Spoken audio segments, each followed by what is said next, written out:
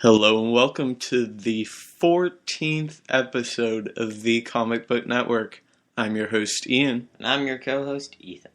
And we're going to start off today with a little bit of sad news, which is that the Inhumans once again has no official release date.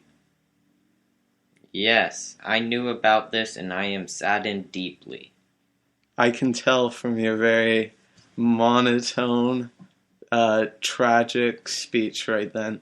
It was really heartfelt, and I feel your pain, and I feel that it's the pain of thousands worldwide, if not all of them.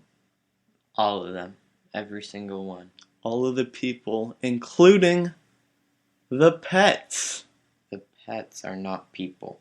Okay, well, maybe in some cultures you gotta be respectful of their beliefs. I apologize to those people who believe that pets are people. Thank you. Alright, so today we are talking about super pets. Are they necessary? No. Are they okay? So today we talked about super pets and we found a great and very wholesome conclusion. So join us next time when we're talking about, is there a dog? Yes or no? No. Okay, never mind. You don't even have to join us next time because we've already come up with two definitive answers. Congratulations. So pets are a big part of most people's lives.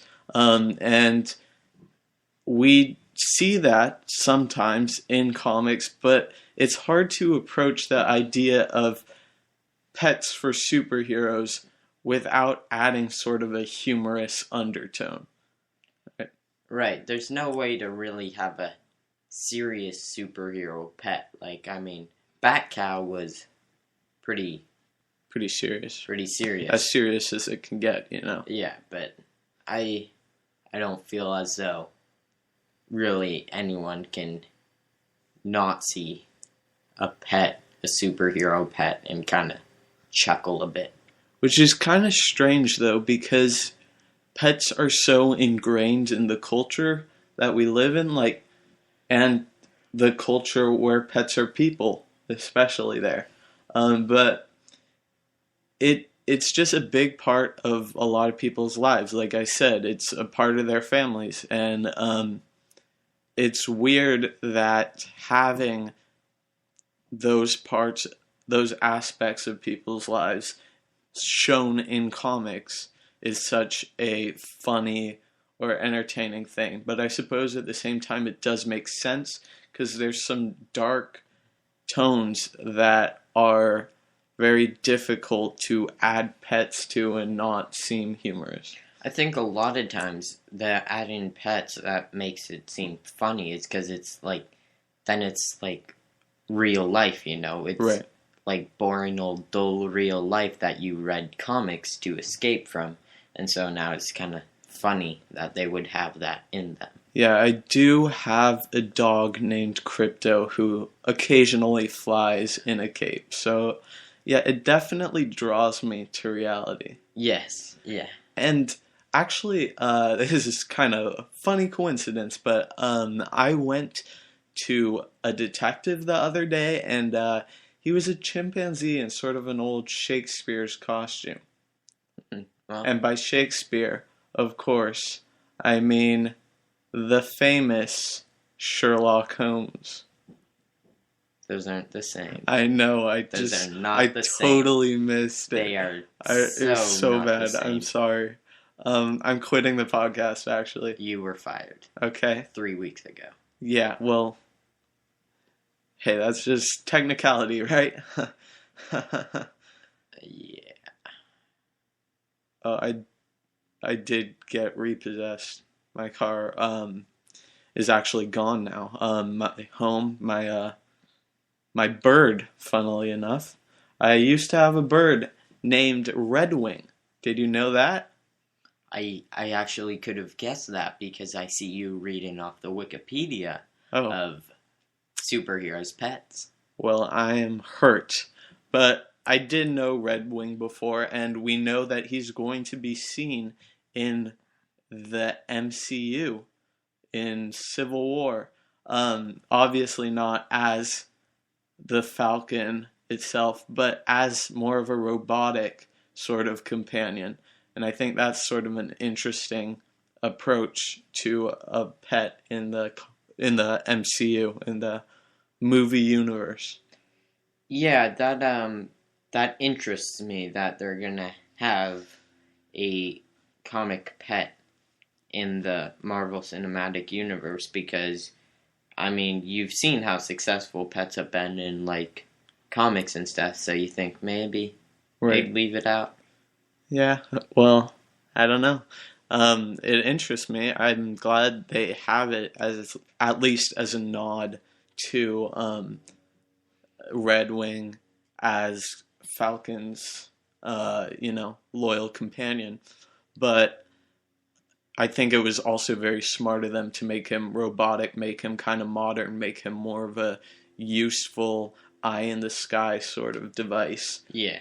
That could definitely make for some interesting flight scenes. Yeah, and with that, we won't have to deal with some pet talking to other animals, and then we have Lion King instead of Civil War.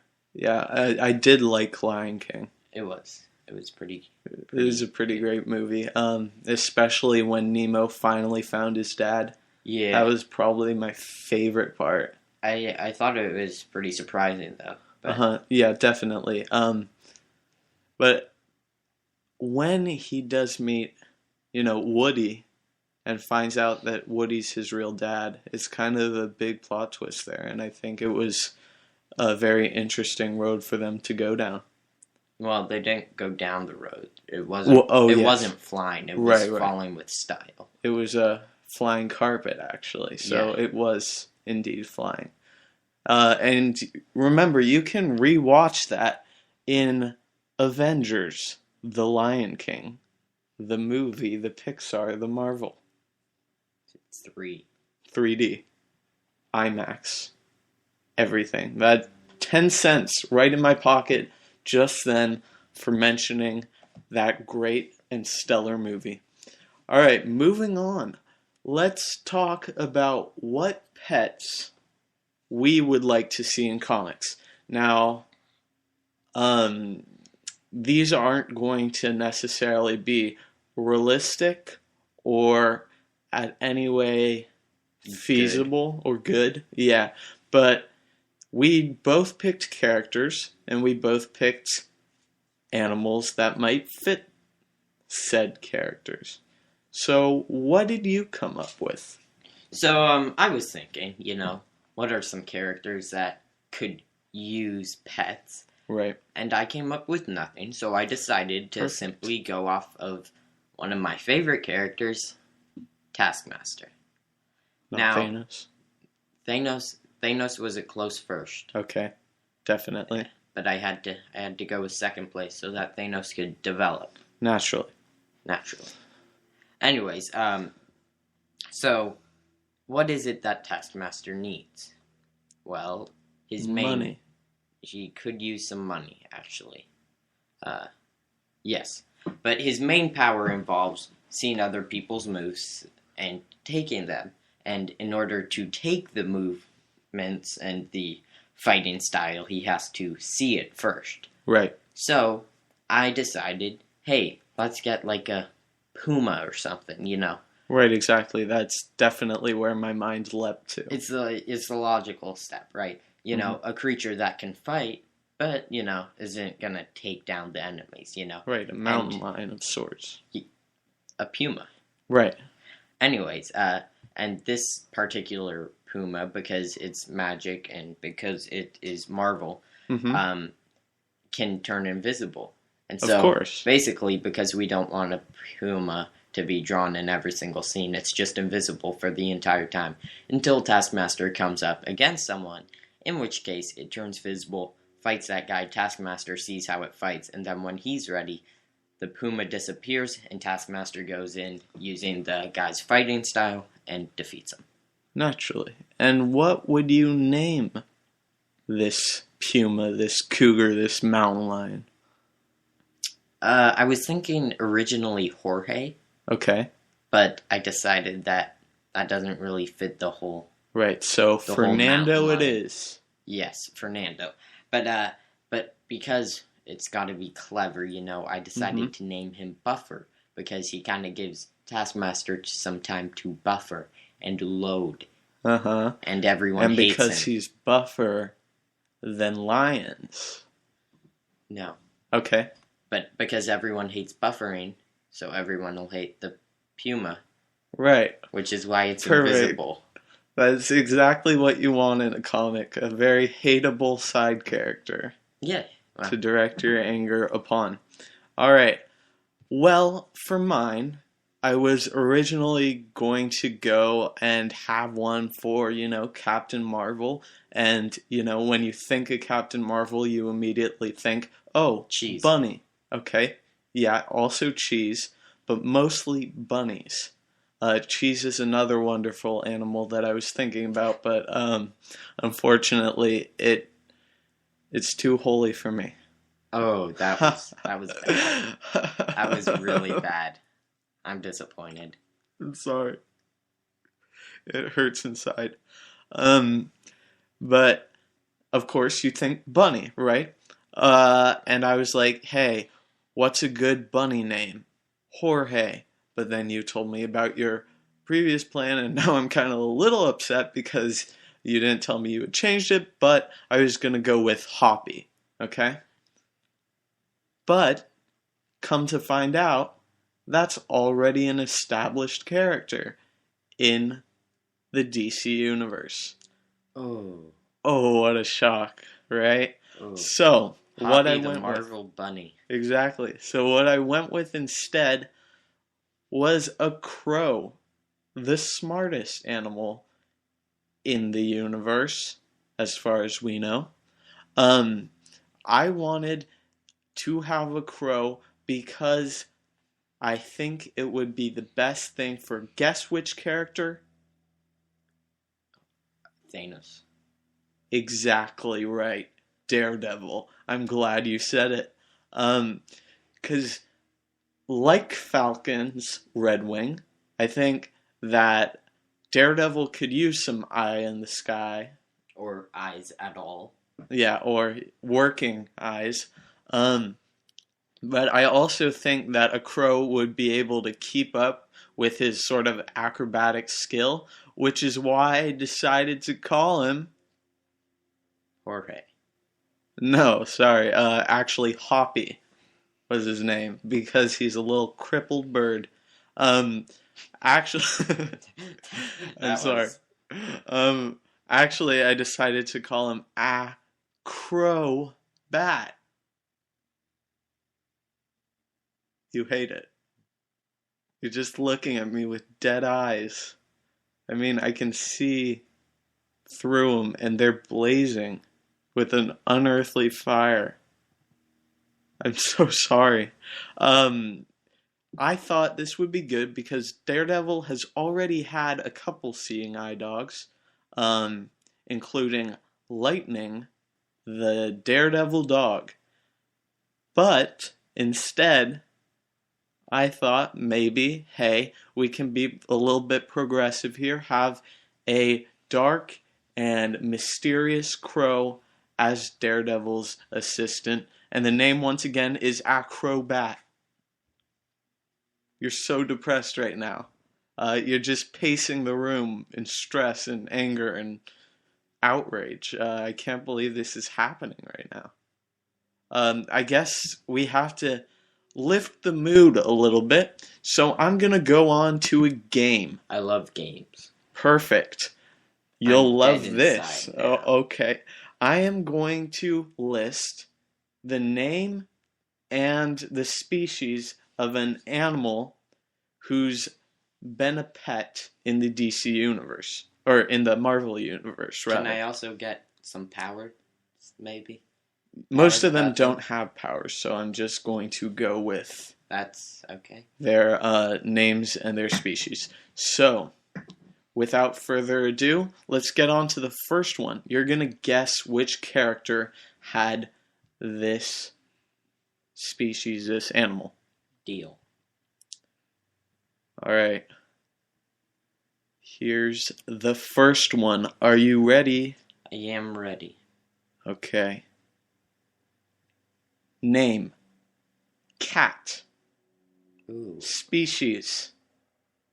Bird person. Not really. It's a cat. So his name is Cat, and it is a cat. Right. And it does nothing. It does nothing. Alright, let's think of something Good luck unoriginal. with this one. An unoriginal character who maybe thinks they're a bit funny. Okay. Okay. And obviously, they haven't seen this joke before, so they can't be modern, Alright. right? Because of all those facts, I'm gonna guess Captain America. No, it is Shang-Chi, the Ah. martial arts master. That was my second guess. Alright, you're next. Who's Shang-Chi? He's a martial arts master. He's probably the best martial arts character in the Marvel Universe. And he is known as the Master of Kung Fu. I thought that was Po No. from Kung Fu Panda. Alright, let's get on to another one. Eclipse. It's a horse. Alright, a horse. Now, Eclipse leads me to think, kind of a darker horse. Maybe a black horse, right? A dark character. Now, Now,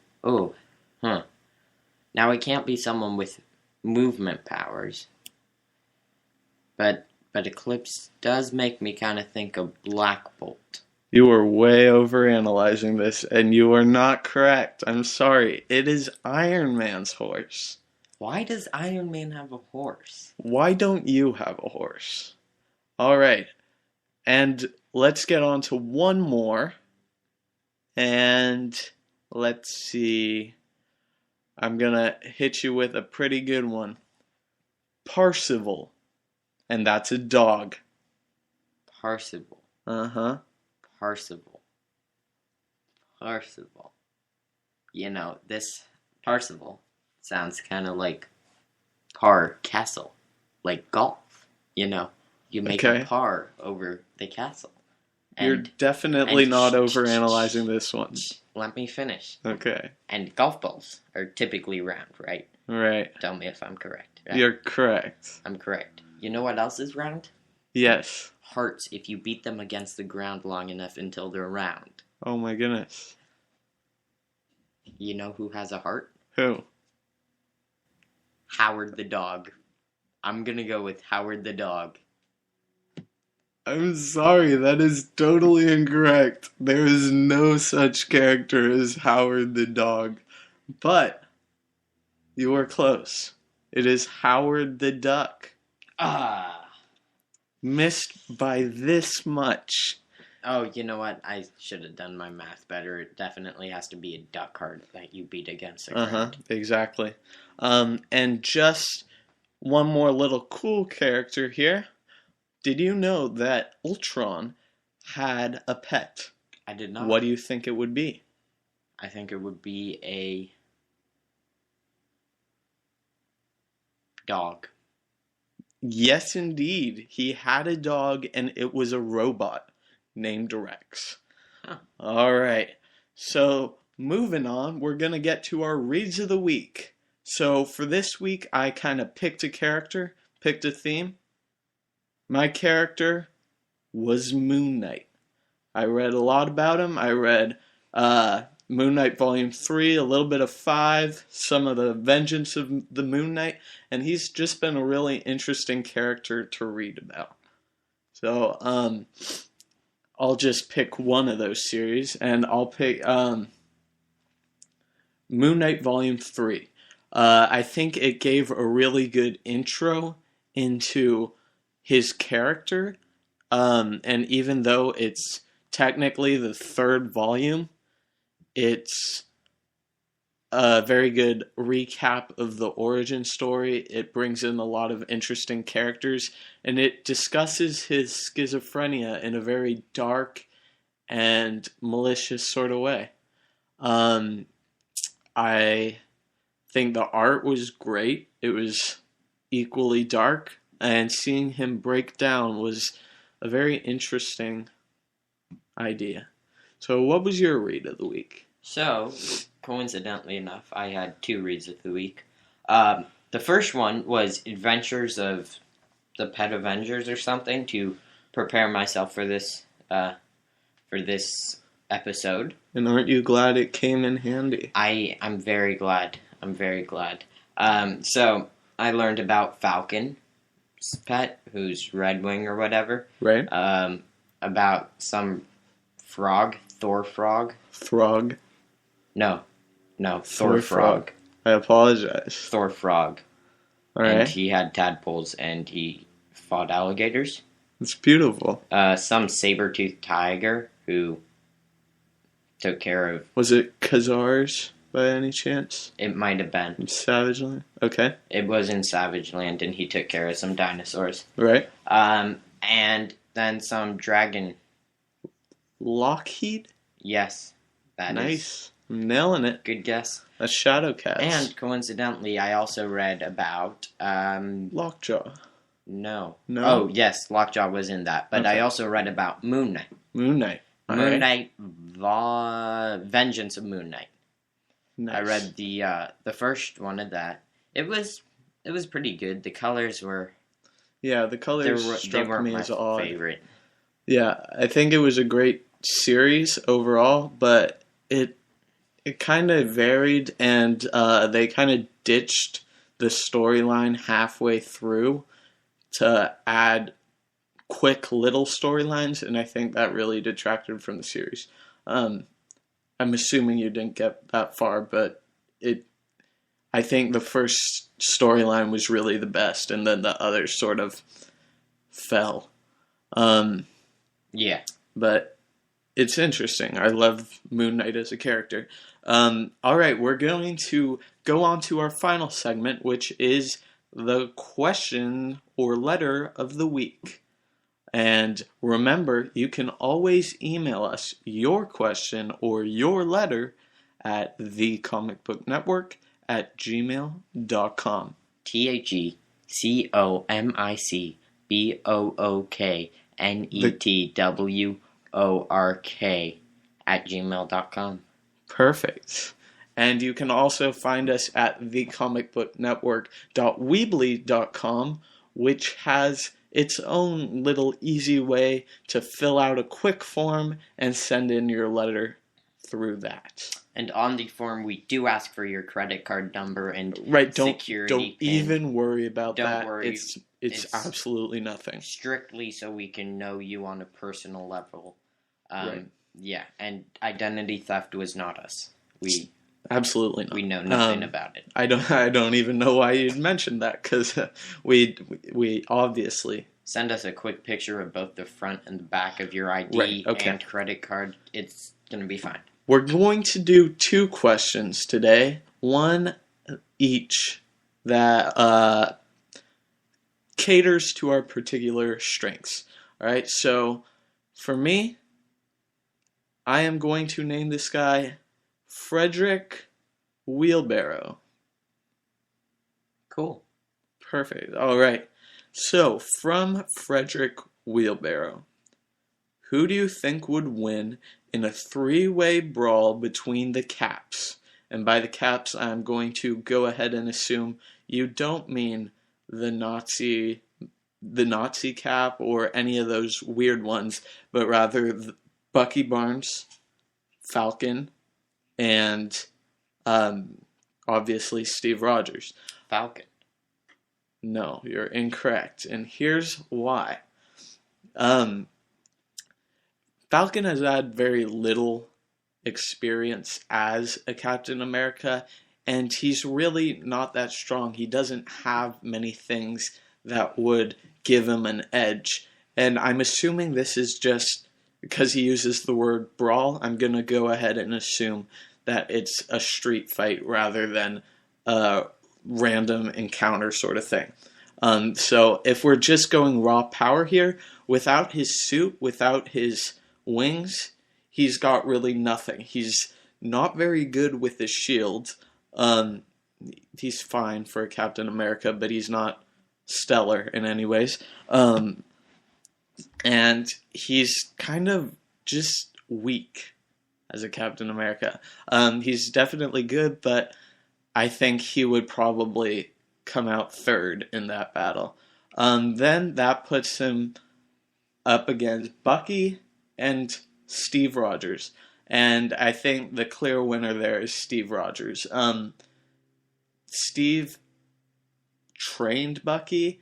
He is stronger than Bucky, and he is much more agile. And now that he's got back his super soldier body, I think he could definitely take Bucky one-on-one.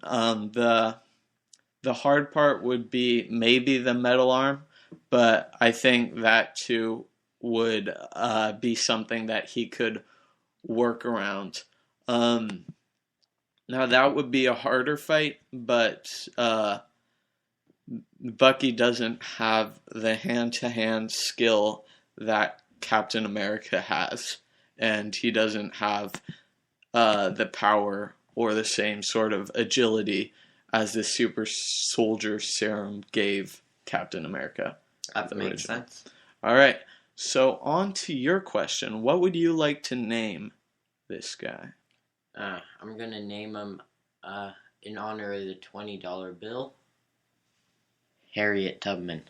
All right, this one comes from Dana. Oh, Harriet Tubman. How could Arrow go back to being a good show / become a good show, depending on how you view it? So, I've watched The Arrow for a while now. I'm not 100% caught up, but I've seen a vast majority of the episodes. Not as much the earlier seasons, because originally I started watching it and I stopped because I did not like how dark the show was. Right. And not just the story-wise, but I mean, I didn't like how they had 0 stage lights everywhere. Right. And lately they've gotten better about that, and they have more stage lights. So currently, I think the show's alright. I'm not 100% caught up, but I'm in the same season. I would have, I think that them focusing on Oliver and Felicity's relationship for 4 episodes, with them breaking up and getting back together, and breaking up and getting back together, kind of bored a lot of people. So I think they should move on from that and back to more fighting. Here's my fix-all, end-all plan. Kill Felicity. Use her blood to bring back Laurel. Have Laurel and Oliver as a team once more as Black Canary and Green Arrow. And then use the chemistry between the two to make a more humorous and a more enjoyable show that more accurately reflects the nature of Green Arrow. I also think you could have drama with that, but I want to bring it back to the basics. I want to keep it the Green Arrow we know and love, rather than the Batman that we haven't seen before, nor did we want to see. I think they're doing a better job, like you said, of taking a lighter tone, but they could use improvement. So that's about all the time we have today. Remember, you can find us on YouTube, on Spreaker, on our website, or on Gmail at the Comic Book Network. Thank you guys for watching, and signing on off. Bye.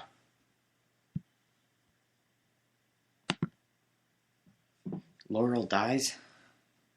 Yeah. Recently? Yeah. Dumber. Spoiler alert.